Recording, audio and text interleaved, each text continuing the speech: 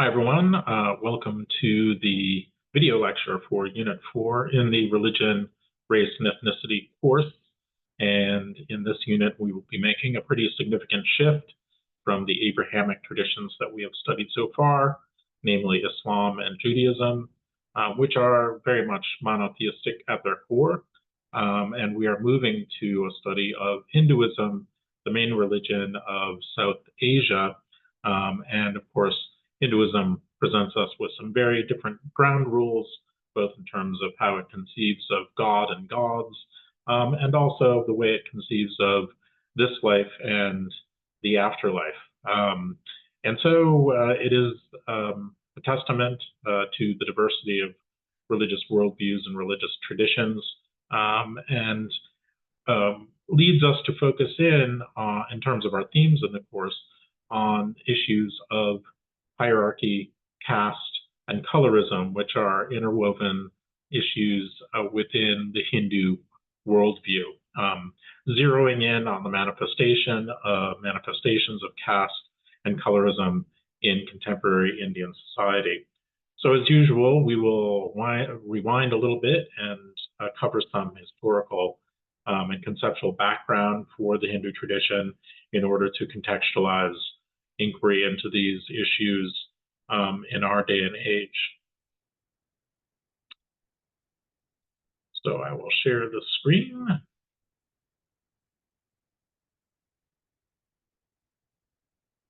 And get us going on an investigation of Hinduism.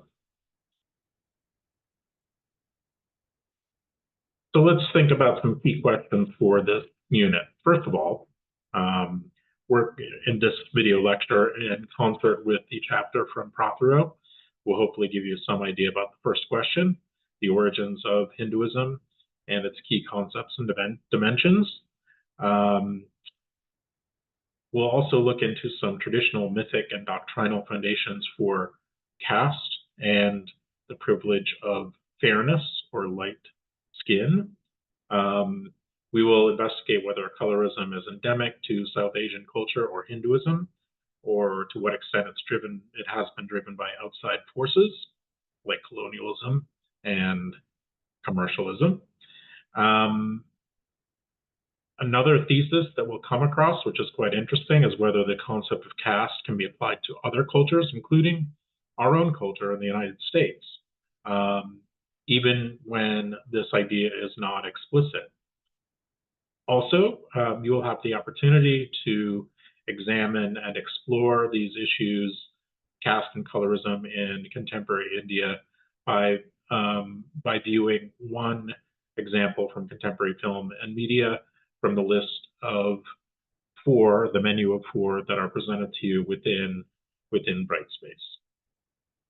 So let's rewind a little bit and think about the history and development of the Hindu tradition, because Hinduism, like the other traditions that we've investigated before, undergoes periods of development and transformation and change. And in fact, Hinduism, the word itself, is a label that's been imposed on the outside, particularly in the age of colonialism, as the British and Westerners try to wrap their heads around the incredible diversity of different practices that they witnessed when they first showed up in South Asia, in the subcontinent. They found Islam, they found Buddhism, they found Jainism, they found a lot of different religious traditions, and as you'll see, Christianity also came on the scene in India in the wake of colonialism. But then there was this whole group of other practices which seemed to kind of hang together, but also seemed incredibly divergent.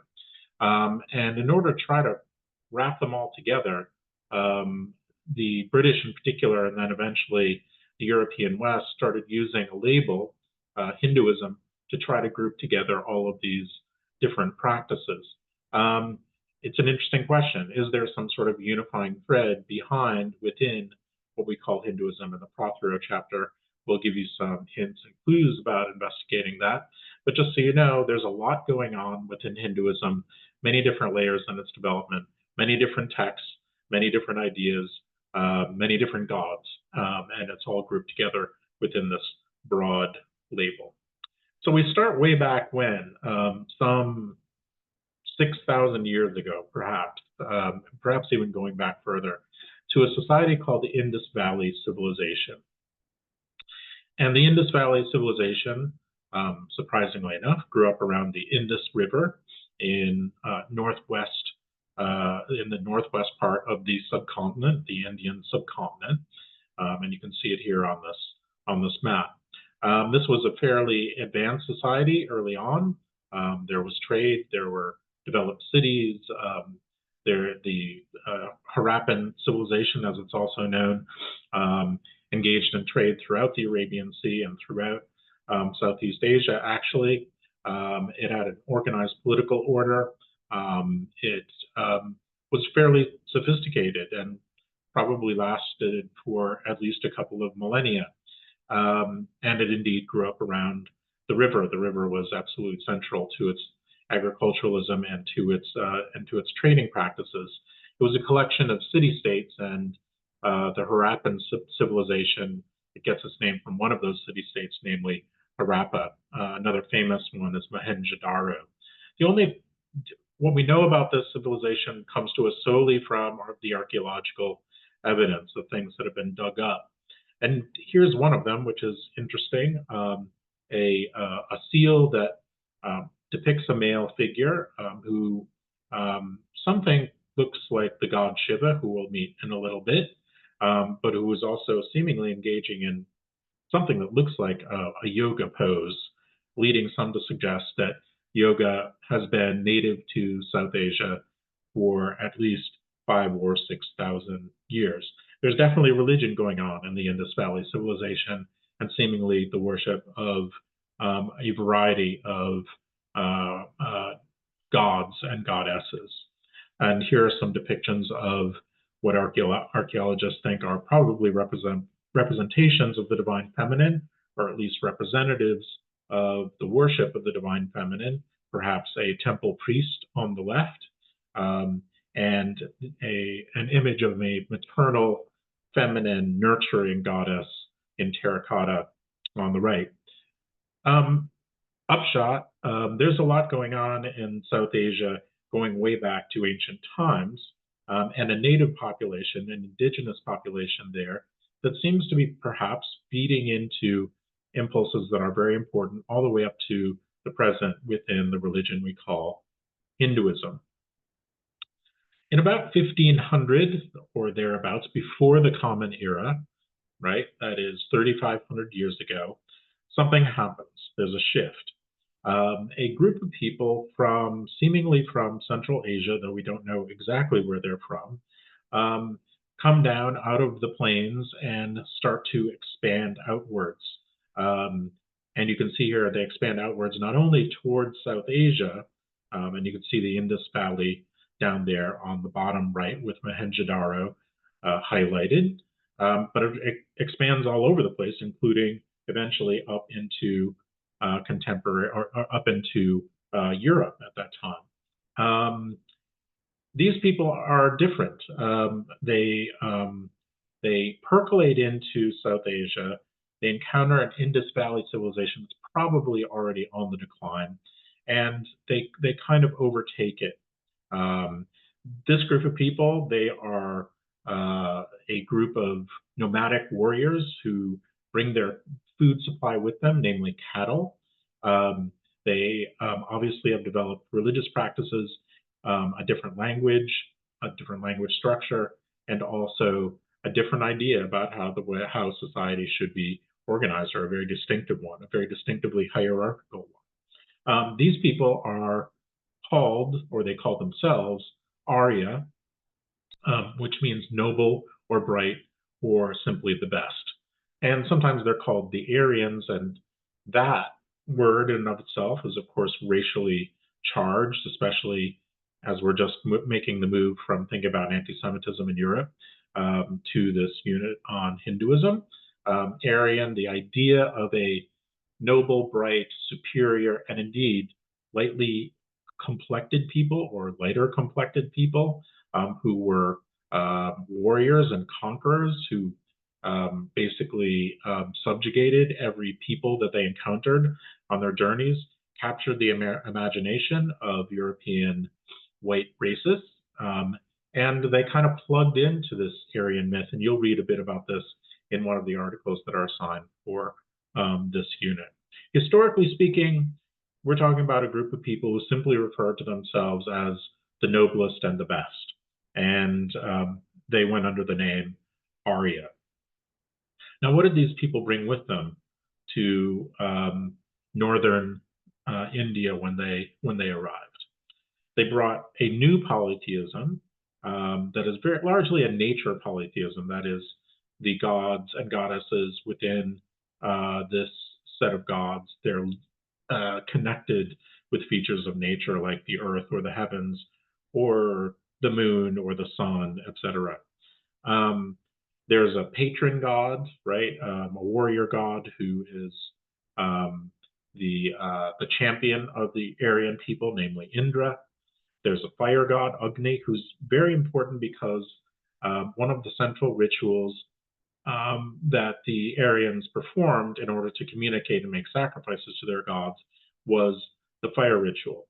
And that fire ritual, those rituals, the collection of rituals performed by the Aryans were tended by a priestly class, and they were the only ones who could perform these rituals. So they had a certain status and authority because even if you're a king, you need the favor of the gods in order to, say, win a battle or get a good harvest or have an heir or whatever it is, right? So you need the priests to make the connection with the gods, and they did so through these elaborate rituals, including the fire ritual. They also brought with them a scripture in a new language. The language is called Sanskrit, and the scriptures are called Vedas. And these are hymns and ritual kind of formulas, mantras that are devoted to this array of gods. And the priests had them memorized. And so the priests were the only ones who actually had this knowledge, this ritual knowledge, which enabled this kind of transaction with the gods. We'll make sacrifices to you, we'll engage in proper rituals to you that are accurately performed, and hopefully, gods, you will give us favor and benefit us, and so you will be on our side, in essence, right? The Vedas contained all of the knowledge, and the priests were the ones who had these texts memorized and who could apply them. For our purposes, this is probably the most important contribution of the Aryan people. They brought with them a new social order, namely caste. Now, caste is, as you'll find out in one of the articles, is kind of a vague concept, and it encompasses a lot of different things. The original social order was relatively simple that the Aryans brought with them. It had 4 tiers to it. Priests at the top in terms of their status, excuse me,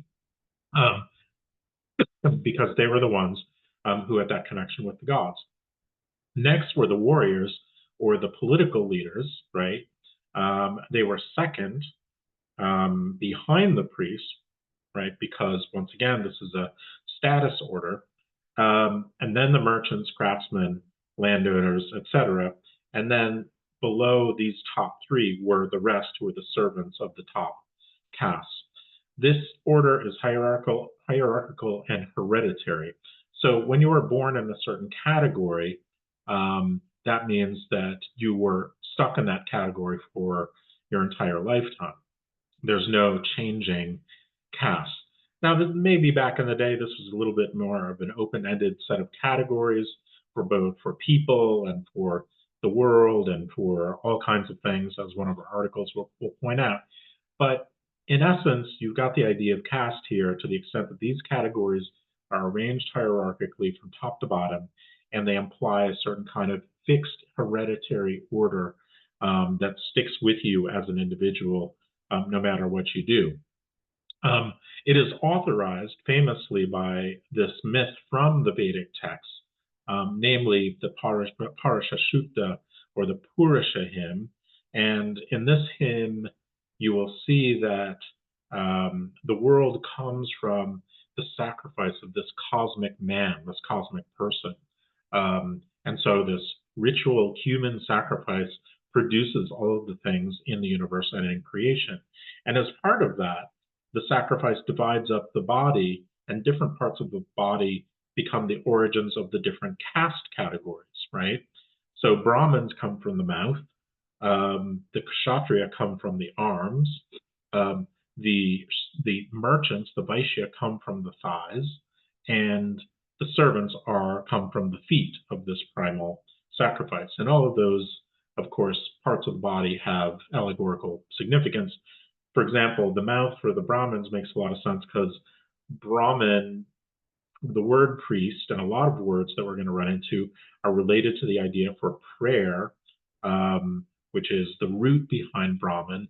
Brahmins are associated with prayer with a product of the mouth, the voice, etc., right? Even the breath.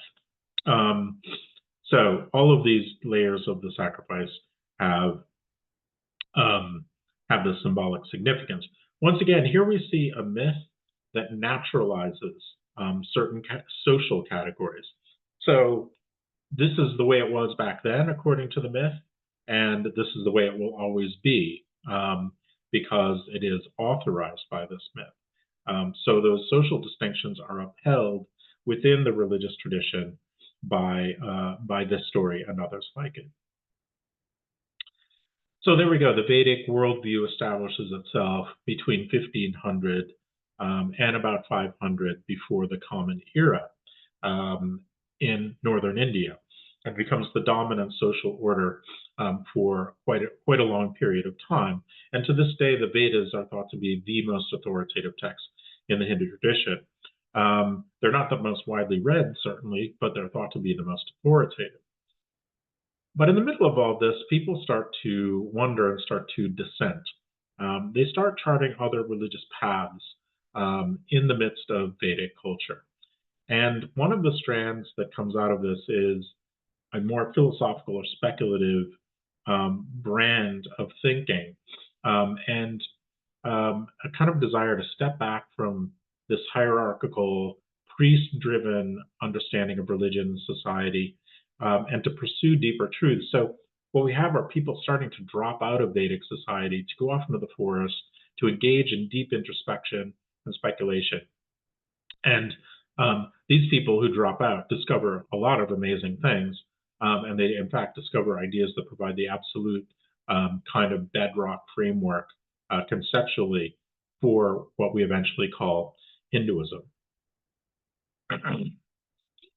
So here you see this protest and reform against the Vedic establishment, and the dropouts, sometimes called Shramanas or Parivrajjikas. Parivrajjika means someone who wanders around. So they drop out of society, they wander around in the forest, they beg for their food, for their sustenance, they engage in intense meditation and asceticism, which asceticism is extreme self-denial of bodily desires, and of course, renunciation of all social ties, caste, etc. These become begging wanderers, yogis, who are out there pushing the edges, and once again, they've stepped away from mainstream society. And the ideas they produced are, as I said before, extremely important. Karma and samsara, Atman and Brahman, and moksha. And I'll offer a brief survey of those ideas right now. Samsara is the idea that at the end of this lifetime, things are not over. And indeed, by the same token, before we were born, we had lots of lifetimes before that. Samsara is the name for the cycle of birth and rebirth, death and re-death that we're all caught up in according to these sages and according to the Hindu worldview more generally. We are circulating in this cycle over and over again, and this idea of birth and rebirth and an afterlife that is into another lifetime as opposed to some otherworldly realm is very distinctive to Hinduism and South Asian religion in general. Buddhism all shares this worldview, right? What generates samsara in our lifetimes, the rebirth from one lifetime to the next, is something called karma. And I'm sure you're all familiar with the word karma, which literally means action. So the idea that in the samsaric realm, in samsara, we're always caught up in action and that all actions have consequences. And of course, all meritorious actions lead to good results and bad actions lead to bad results.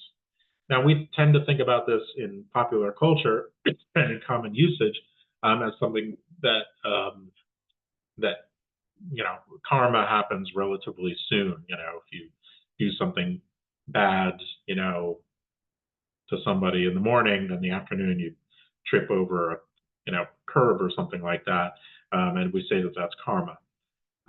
In the Hindu tradition, karma is on a much longer scale. So we're bearing the karma right now, not only of the last lifetime, but many, many lifetimes beforehand. We're the accumulation of many lifetimes of generating karma. And so we don't know exactly where that karma comes from and where it will crop up again. But in general, right, the approach here, if we want to achieve a better rebirth, would be right here and now, using tools that we have, try to generate good karma, right? Put it in the bank, as it were, right? And so it produces good results down the line. So here we are in this condition, according to these sages of this era, of this late Vedic period. We are going from lifetime to lifetime, and where we go in each lifetime is the product of karma generated here and now, and also way back when in the past. Underneath all of this, there are some deeper realities, namely the idea of Atman, or a true self. In each of us, there is an Atman, a true essential self with a capital S. Sometimes this idea is translated as soul, but that has too much baggage. For one thing, soul in a kind of Christian context is personal. That is, your soul is your soul. And so when you go to heaven, it'll be kind of you somehow, according to that kind of simplistic version of the Christian worldview. But the Atman is not personal. It's an impersonal essence that is your true nature. But it is also the true nature that resides in all sentient beings, right? So actually, the essential nature that is within you is the same one that's within me, and it's the same one that's in everything else, other people, and also other living beings, which is important to note. All sentient creatures participate in or have some piece of this Atman, right? The self. This is what we might call philosophically the subjective side of ultimate reality, according to Hinduism. That is, the reality as looked at from the perspective of the subject, of us as, say, individuals. But the objective side is called Brahman. Brahman is the idea that underlying all things, right, in the cosmos, there is a reality that pervades and resides within everything. It is called Brahman. It's sometimes considered to be divine or associated with divinity or something like that. But note that unlike any individual god or the god of monotheistic traditions in the West, it's not personal. It can't be confined. It's impersonal. It's a substance. It doesn't do things like, decide to do things like make a world or something like that. It is just the substance that underlies all things.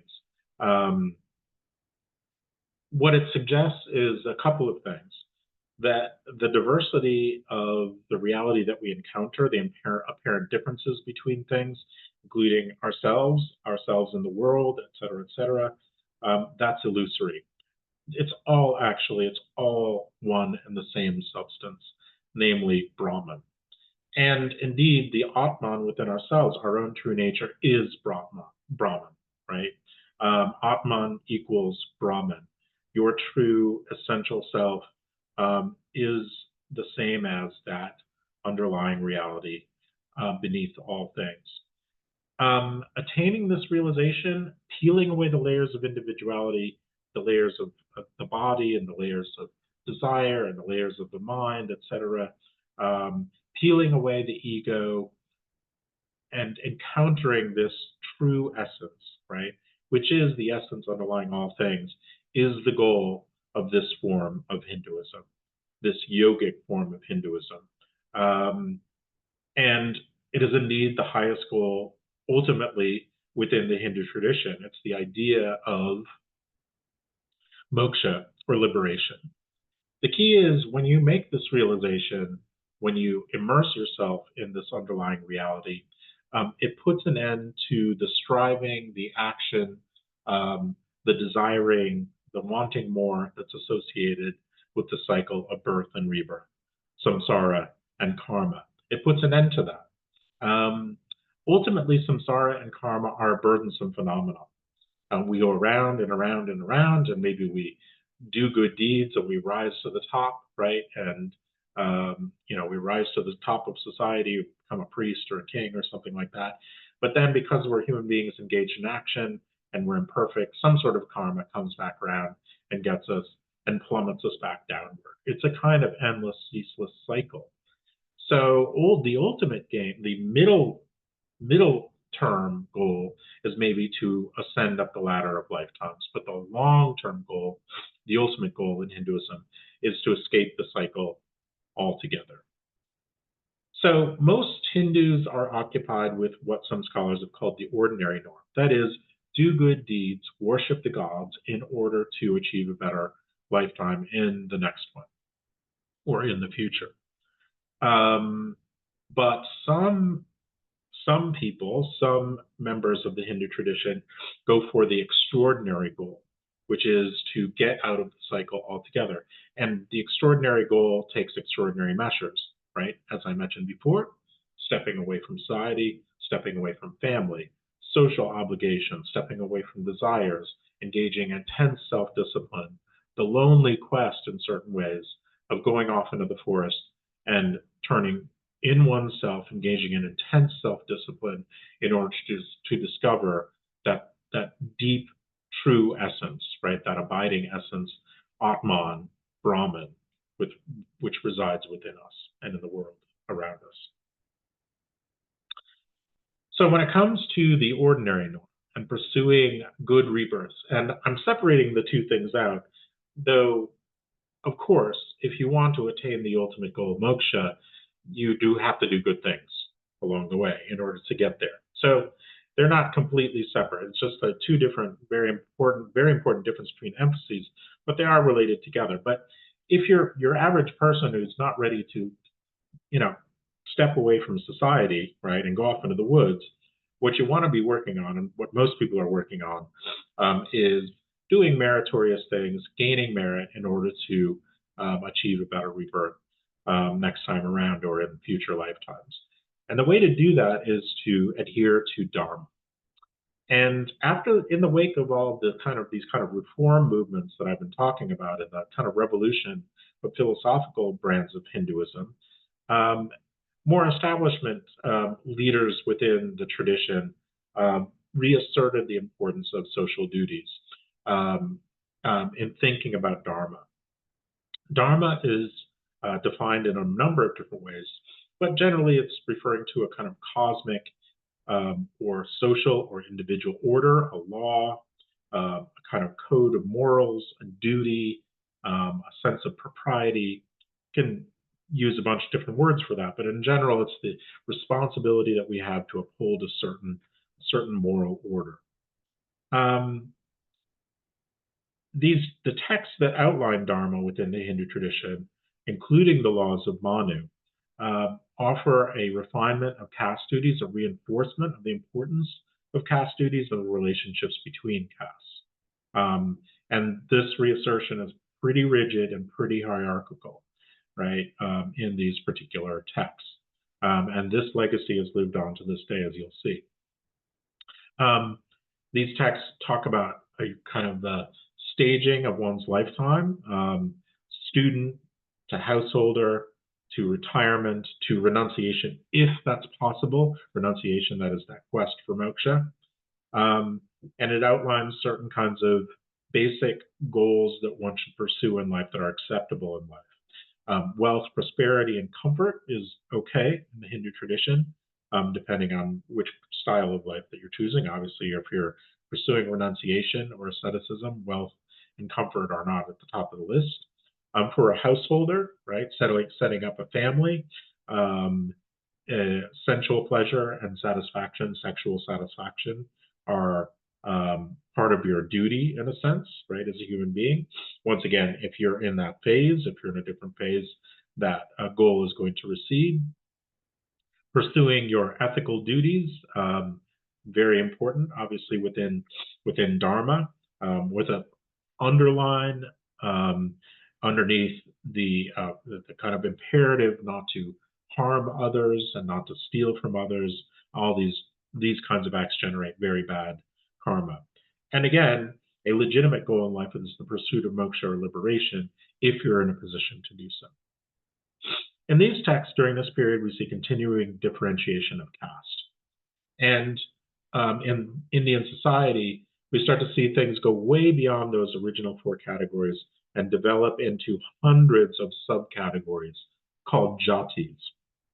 A jati is literally a birthplace, or kind of it's reducible to kind of a job or an identity.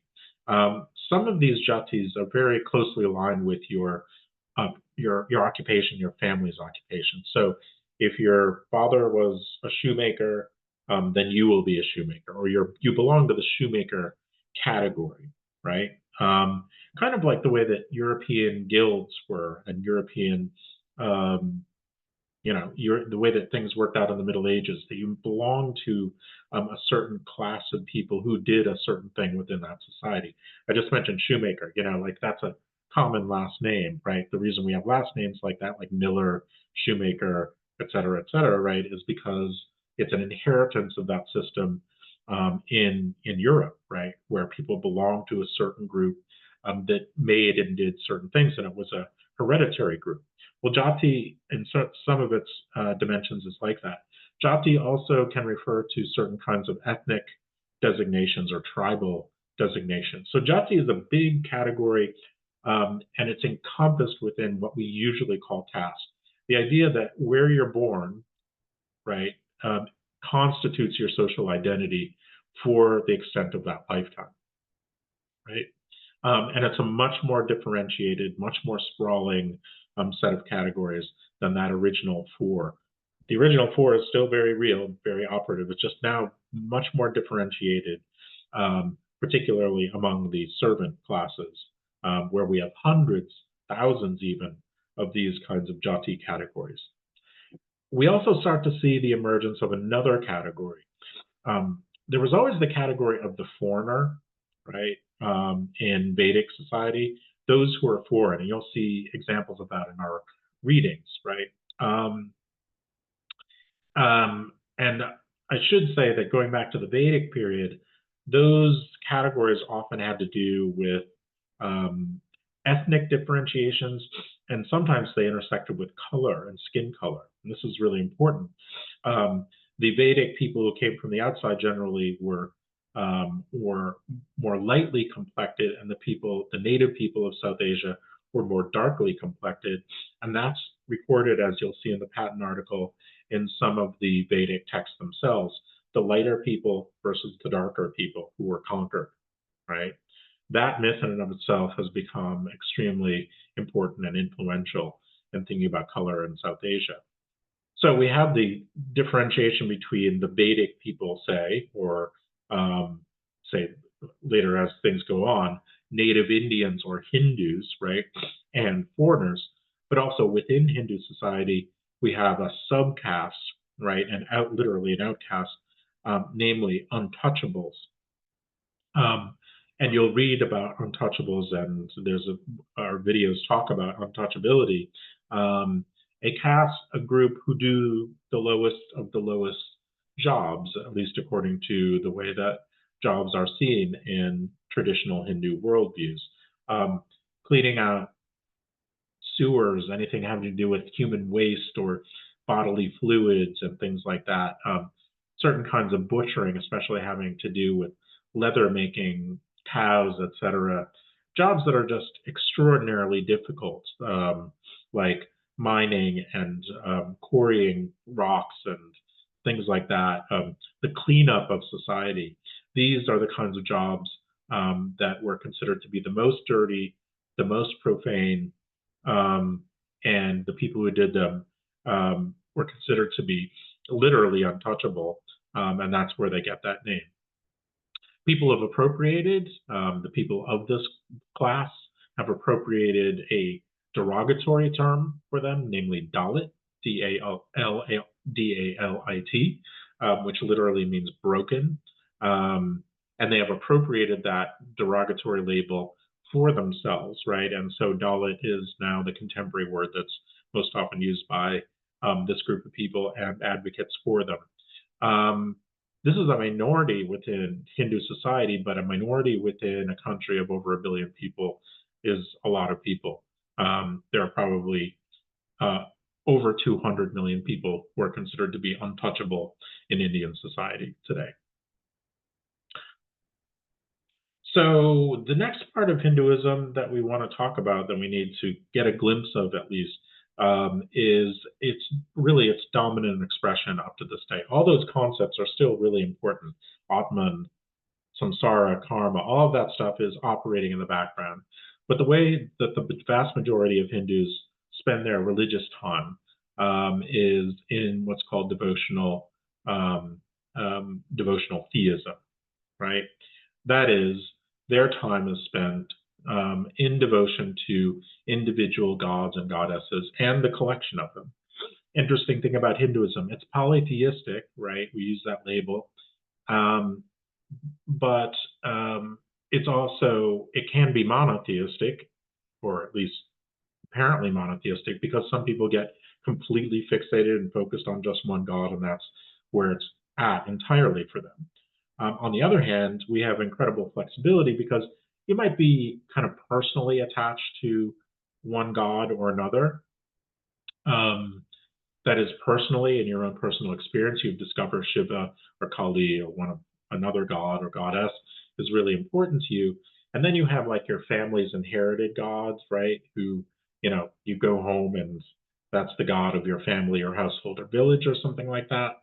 And then maybe you're in a particular period in your life where, say, you're at a career juncture, or you're aiming for financial success, and then a god or goddess who belongs to neither of those categories, your family god or your personal god, is useful to you, so you worship that god for that period of time or that particular instance. So you got a lot of different things going on here. But I want to introduce you to the general cast of characters, and this extends on and supplements what Prothero writes about in his chapter. If we start at the beginning, we have a god named Brahma, right? Not to be confused with Brahmin, the priest, or Brahman, the underlying reality principle. They're all related to the same word, but they are different entities. Brahma is the creator god, the god who brings things into existence, closely associated with, surprisingly enough, the Brahmin caste.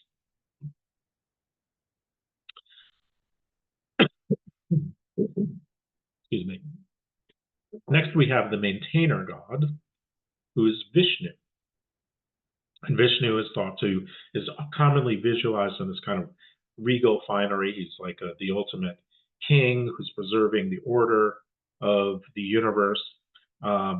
He's the defender and maintainer of this order, and is really thought to be the kind of the figure who defeats chaos, and that's represented in this particular image, this iconic image of Vishnu, where he's standing above and suppressing this kind of roiling chaos of demons and the ocean, etc., below him.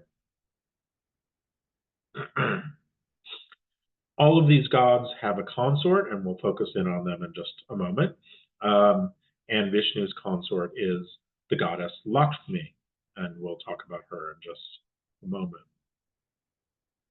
Vishnu's particular trick or claim to fame is that he's able to manifest himself as avatars.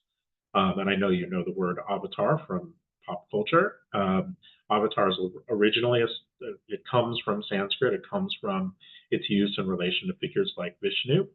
It's literally something that's carried down, and it is the way that Vishnu, and this is his true essential form, when the world is beset by chaos or evil, he sends himself down into the world kind of in disguise. And that's what an avatar is. Oops, going the way. An avatar is Vishnu manifesting himself in the world using his illusion, his mastery over illusion, to become exactly the right thing at the right time to fix the injustice or defeat the evil. And he has 10 traditional avatars, but this is by no means the end to the list. In some lists, there are hundreds of legendary avatars who are thought to be Vishnu in disguise, showing up in the world. And in fact, when Christianity came on the scene in India and people were missionizing there, you'll read about that in one of the articles for this unit. A lot of people responded that Jesus Christ was simply an avatar of Vishnu come down into the world in order to fix injustice and reestablish peace. Next, we have Shiva, who is the destroyer god. And there you see the Trinity together, Brahma, the creator god, on the left, Vishnu, the maintainer god, in the middle, and Shiva, the destroyer god, on the right. The Hindu concept of cosmology is that it's cyclical, and so the universe is constantly going in and out of existence. And so eventually you're going to need someone who's going to do the heavy lifting of destroying the cosmos in order that it can be recreated fresh again. And the figure who is the destroyer is, in fact, Shiva. Shiva, in contrast with Vishnu, is kind of an edgy figure. He's associated, instead of being associated with, let's say, the royal, worldly figure that is Vishnu, he's associated with the ascetic, those yogis, right, that I was talking about before, who retire from the world. So Shiva is a master of meditation and isolation in some basic sense. And you can see here, he's here in his iconic form, dressed up in animal skins with cobras and tridents, and his begging bowl, his matted locks on the top of his head, engaging in intense self-introspection and discipline. At the same time, Shiva is a god of contradictions. He does have a Shakti, he does have a consort, namely Parvati, and offspring, kind of, Ganesha, who is his son, but really the son of his mother, Parvati. On the other side of the equation, we've looked at things kind of from the masculine side up to this point. If we shift the script, right, the goddess or the divine feminine, the broad name for that is Shakti, is also extraordinarily important within Hinduism. And goddesses can be worshipped in and of themselves, apart from their relationship from the male gods. Now, kind of the mainstream view is that the two have to work together in harmony, right? So the god and the Shakti need each other in some basic sense. But at the same time, the goddesses can be spliced out from those relationships and are the focus for many devoted Hindus. So if we shift our focus to Lakshmi herself, she is indeed Vishnu's consort or Shakti, but she's also a goddess of fertility, good fortune, and wealth unto herself, right? So you will find temples that are devoted to Lakshmi, right? Lakshmi is at the center of the temple. And you'll find other temples where, say, Vishnu is at the center or a manifestation of Vishnu, and Lakshmi is there, but she's kind of on the periphery. Reverse of that, Lakshmi is in the center, and Vishnu in his forms are on the periphery. So it can go both ways. And here's Parvati, right, who is Shiva's consort, but again, she can be worshipped on her own. And she in particular takes on many sides of the divine feminine, right? Um, in the Ganesh story, for example, she manifests herself when Ganesh is in fact killed by her husband Shiva. She manifests herself in all of her layers of feminine power, including in this form, namely Kali, right, which is a manifestation of the divine feminine, associated with this kind of a righteous fury and rage and correction of chaos and injustice. And then when she is assuaged, she reverts to her domestic self, right, and her previous connection with Shiva, where you see them happily together here.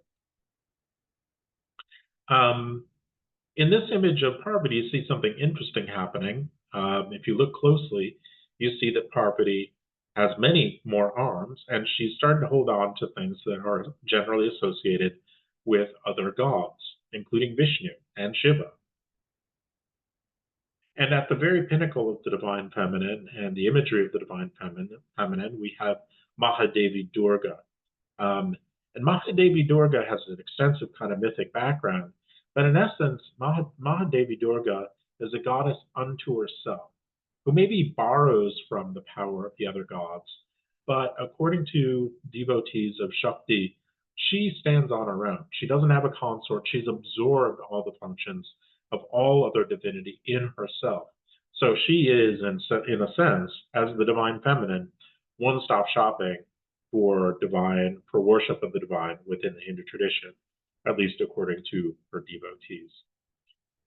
So that's a brief survey of the Hindu tradition. Of course, you get a lot more interesting facts in the Prothero chapter, and that'll set us up for thinking about colorism and the persistence of caste in South Asian society. And in fact, the idea that we can extend that idea of caste as a way of analyzing other societies, other cultures, where hierarchy, racial, based on color, social status, etc., manifest themselves, maybe even in the United States. So I hope you enjoy the readings for this particular unit, probably something new and different for you, a new vista on the issues we've been talking about in the class so far.